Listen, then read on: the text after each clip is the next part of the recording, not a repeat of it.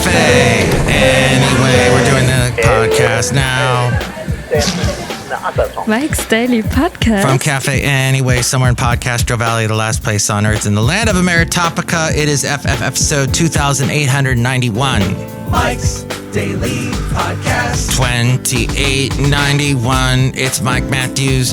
Here's a thought. You could put your driver's license inside your phone, so then if you want to throw your wallet away, you can just use your cell phone because you got your money in there too. Except when your battery goes out, oh my, you're going to have a bad day. Mike's Daily Podcast. Like the guy that sang that song. That's not David Gray. It was something like that. Mike's Not Dierks Bentley. Daily Not David Bowie. Podcast. Although he might have sang about bad days. Duran Duran. No. It was, it'll come back to me at some point during this podcast. Sometimes the brain just does not fire on all the cylinders that it needs to be firing on. Hey, so the point is that I'm Swedish. Apple has been trying to turn the iPhone and the Apple Watch into your digital driver's license and state ID. They've been trying to do that for years now, according to the people over there at imore.com. Is that affiliated with the iPhone and all the other iPods and everything? And podcasting. Hey, that's where podcasting came from, the good old iPod. And that's back when iPods were just audio only. And so podcasts were audio only, but now podcasts are all video and stuff. And I'm doing a little video here on the Facebook page, facebook.com/Mike's Daily Podcast, which you can also get to at mikesdailypodcast.com. I've got all the links there. Delicious hot smoked links for you to eat on some of the last summer days for your barbecue. So this effort has taken a while, and despite the company being based in California, Apple is. And here's today's podcast picture. It has not been able to get the technology up and running in this state. And the podcast picture is something from this state. Maybe something close by. I think we'll do a close by picture. You'll see it at mikesdailypodcast.com. All the wonderful past podcast pictures are there as well. Yes, so thankfully it's changing soon for the fine people at Apple. Ooh, I think this cool picture from the Hayward Hills, or we'll do Lake Elizabeth and Fremont, something like that. See it at mikesdailypodcast.com. And that's a dog, not a dot. It's a dog, the late great Basil the Boxer, barking away, saying, Mike, get on with it, that story. In a press release, the company announced that a digital version of your driver's license and state ID will be available in California. Apple says that users will be able to use their digital ID at, quote, TSA security checkpoints and businesses, as well as in select apps to verify their age or identity. Of course, it being in your phone makes it a little bit easier for people out there in the internet world to steal it. But it looks like they've stolen everything. With all the e-fax letters and notifications and security breaches that you hear about constantly, you get those letters sent to you in the mail. Your account information was leaked in a security breach. Now, if you want Equifax to watch you for the next 3 weeks, it's every single day. Get one of those now. Welcome to 2024. Jennifer Bailey, who is Apple's vice president of Apple Pay and Apple Wallet, said in a statement, we're excited. Is that why you're bald, Mike? Because I'm excited? Okay, I'm not going to go on with that. Every press release always starts with, we're excited to make the changes today, da-da. But Apple seems like it is finally starting to gain some traction with California soon to be on board. It will be joining the following states which already have the technology live. It includes Arizona, Colorado, Georgia, Maryland, and Ohio. This isn't the only ID that Apple wants to bring to the Wallet app. The company is also trying to launch a digital version of the car key that you could use your iPhone and Apple Watch in place of. My lovely lady friend rented a car. This was a couple years ago now, several years ago, where she couldn't start the car with a key. It had to be with the app that was in the phone. Well, the app only worked if you had cell phone coverage, and she took the car all the way up into the mountains near Mount Shasta. And Danger, Will Robinson. yeah, danger, Will Robinson. She lost cell phone coverage, could not open the car. She was stuck there on a mountainside. She was able to close the car, but somehow the cell phone coverage disappeared. And what are you going to do if there's power outages? There go your cell phone tower working. Or some other disaster knocks out your cell phone tower that would assist you. Yeah, things to think about in the modern age. Well, that's what Apple wants to do anyway. They want you to be dependent on them for everything, like they've always done. The first vehicles to support digital keys are starting to roll off the production line. The technology, the technology, though, it'll be a while before it's available as CarPlay is. Until then, at least, people in California don't have to use their physical ID at the TSA anymore.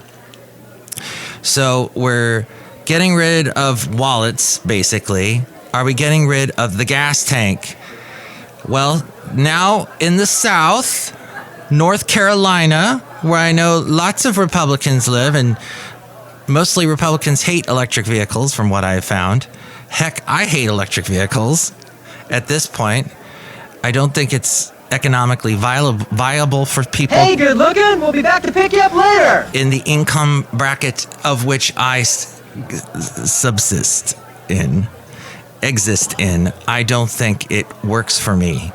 Now, some of you were able to sign your life away and make a big loan, get a big loan, and get your electric vehicle and get your house retrofitted so that you could charge it at night and all that. Bully for you. But in North Carolina, there's a big mega site in the eastern part of North Carolina that has landed a 10-figure investment from a battery maker. Oh, let's hear it from Mr. Microphone, who we just heard a little while ago. This company pledges to bring in more than 1,000 jobs as we go outside of Café Anyway, where we bring you Mike's Daily Podcast somewhere in podCastro Valley, the last place on earth. It's actually Natron Energy. This is in the land of Ameritopica with this interesting topica. Natron Energy is based not too far away from here in Santa Clara, California. But they're planning to invest $1.4 billion. Anyway. Not to Café Anyway, but to build a battery manufacturing plant at the Kingsborough mega site. And is it Edgecumbe County? According to, you can correct me if you would like, my phone number, as always, here at Café Anyway, 510-228-4640, and you'll hear that number again at the end of the show. So the investment, Natron Energy pledges to create 1,062 jobs, an average annual salary of $64,000. Well, add $71 to that, and you've got the complete amount. And the committee voted to approve performance-based JDIG economic incentive of $21.7 million. Tennessee and South Carolina are also finalists. They were finalists in this as well. So they were hoping for this investment. And Job Development Investment Grant is what that is. JDI Investment Grant. JDI is what that is. A JDIG, if you will, is the Job Development Investment Grant. It's a program that provides cash grants directly to a company when the company creates jobs and investments in a particular area in the state. Grants are awarded only in competitive recruitment or retention situations. And that story was from the fine people over there at WSOC in Charlotte, North Carolina. Charlotte looks like a beautiful spot to visit. I was just watching a video from Tampa Bay Aerial Views, I think is the name, or Tampa Aerial Media. It's a trap! No, it's not a trap. It's a video channel on YouTube that I watch. And speaking of YouTube, a guy from YouTube is now going to be running Disney. What? Or is going to be running a part of Disney. The Walt Disney Company has hired a former Google executive to serve as its new technology officer for its entertainment and sports businesses, of which Disney has, the ESPN and Hulu, Disney Plus. The Adam Smith, he's going to be the role of Chief Product and Technology Officer at Disney Entertainment and ESPN. Smith recently oversaw YouTube's premium and music offerings.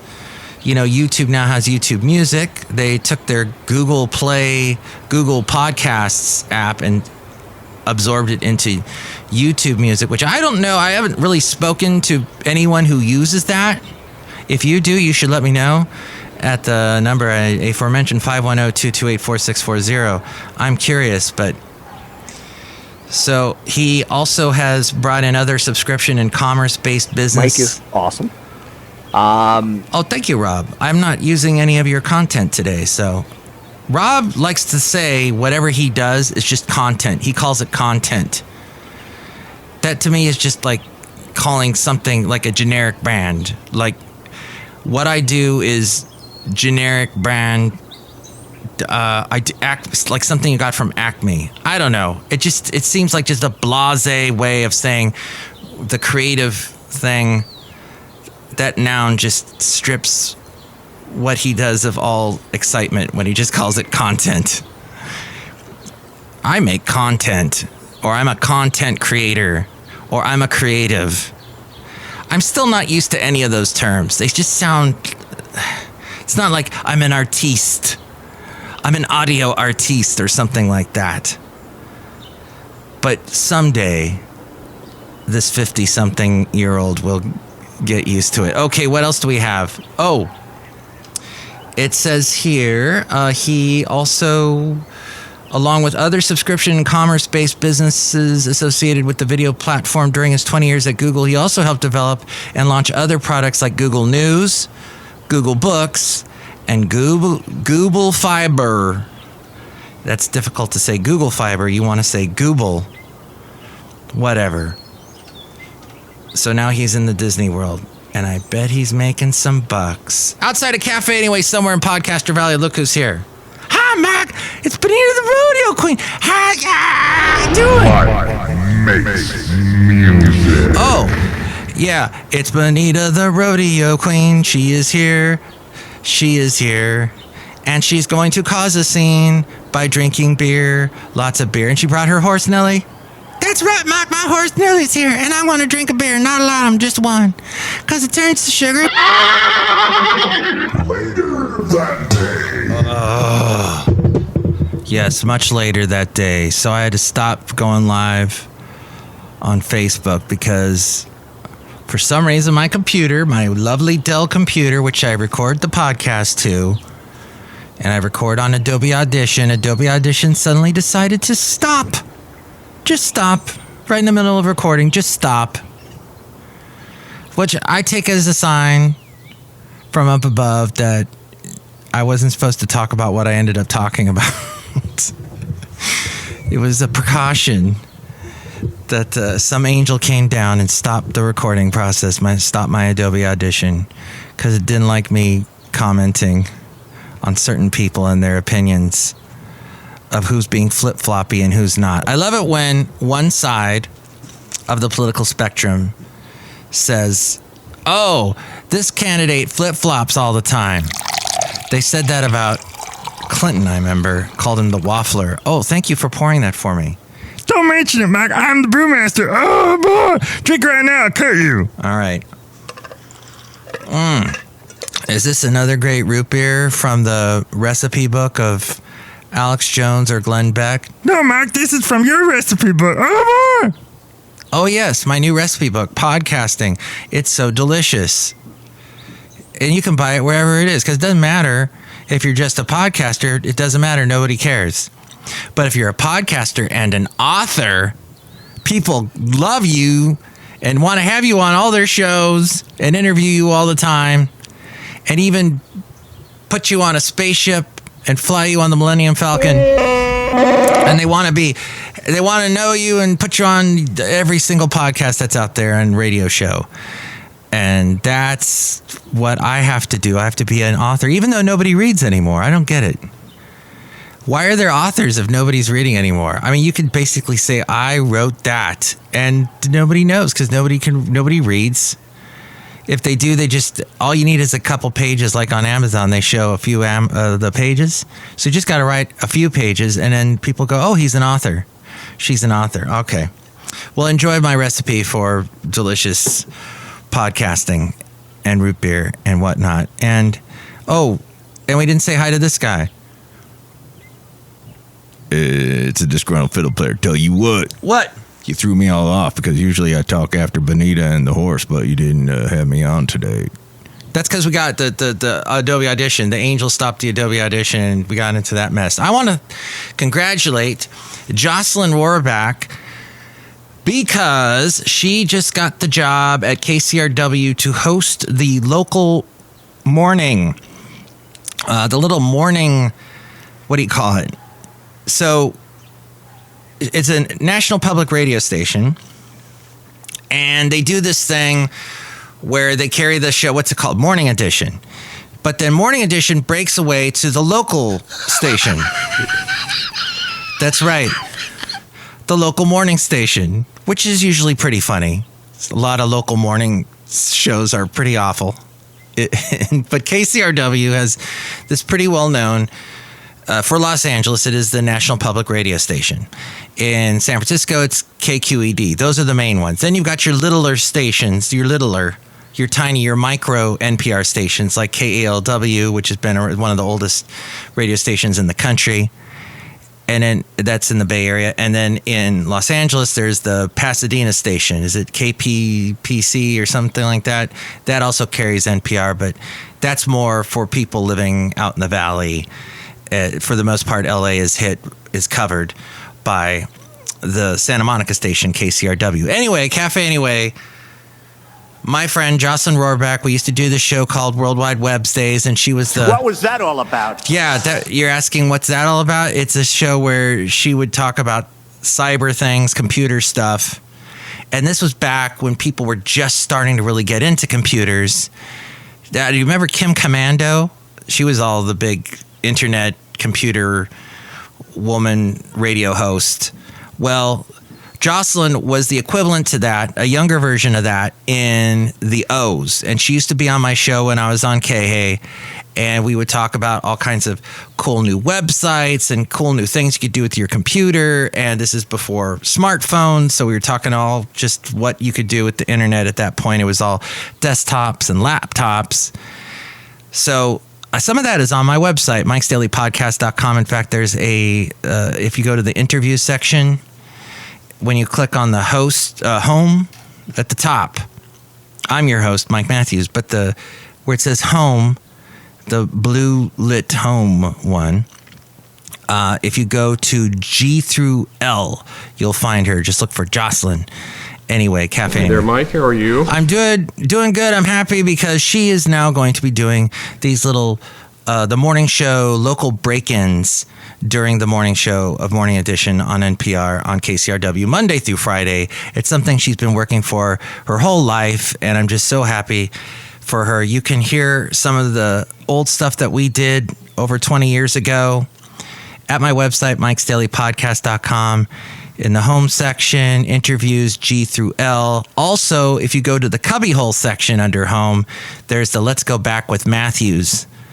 And there's a bunch of stuff that I had saved on cassette.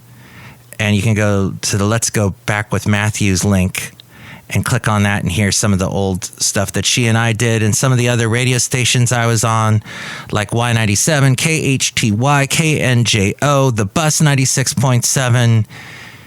There was KBBY, B95.1, KKUR, and I missed, Comedy Radio, KMDY, a couple other ones, KHA. So you can hear all that at mikesdailypodcast.com. And if you would like to contribute to this, one interesting thing, though, about her is I noticed, and I only found out about this through Facebook, which I never, ever, ever go on Facebook except for when I do the Facebook.com page, Mike'sDailyPodcast.com. Rather, the Facebook.com/Mike's Daily Podcast, which you can find at Mike'sDailyPodcast.com. Yeah, how's the mic, Mike? That's the only time I'm on Facebook is to do my little live video thing when I'm doing the podcast. What is the matter with you? It's because I wouldn't do the video thing. But everybody that does podcasts now has got to have some kind of video thing. So whatever. I was wearing a Northern Exposure shirt in the last one. Because Northern Exposure was cool. It still is cool. It's the best. Got to rewatch that whole show, 5-year season thing. It's 5-year run. But the thing is, when I go on Facebook, it's very rare, and I just happened to see a notification from her and her announcement that she was going to be on KCRW weekday mornings. And one of the people that commented and gave her a thumbs up was some guy that I worked with. She loves this guy. She says this guy gave her a big break, did all this stuff for her. He did the exact opposite for me. So I don't know. One person's poison is another person's praise. I'm sorry, Dave. I'm afraid I can't do that. And some people can't do that for you, can't do anything for you, make your life miserable. Other people, that same person might make someone else's life great and had given them a big boost. Well, this person in question was a complete... Right? Just not a good person to me. Fake pictures of people with their yachts and stupid kind of, I don't know, motivational speeches on Facebook and Instagram. Those things are so annoying. Hey guys, I just want to talk about goal planning today. I write down my goals every day. Just not a good person to me in my radio career. And I know a couple other people that this person did not do, was very negative towards, caused all kinds of problems for other people as well. But for some reason, this person did a lot of good things for Jocelyn. So whatever. Congratulations to her. I'm glad that they have a good relationship. But I saw that person in the comments and I went, okay, it's weird. One person's trash is another person's treasure, that sort of thing. Ain't that life? What do you think? Call Mike at the Café Anyway hotline. Area code 510-228-4640. And with all things Mike's Daily Podcast, the past podcast pictures, and all the other podcast stuff that we do at Mike's Daily Podcast, you can go with me to the mainframe and hear now from A-Frame. Mike's Daily Podcast is written and produced and performed by Mike Matthews. His podcast is super easy to find. Download or listen to his show and read his blog at mikesdailypodcast.com. Email Mike now at mikesdailypodcast@gmail.com. See you tomorrow. Bye!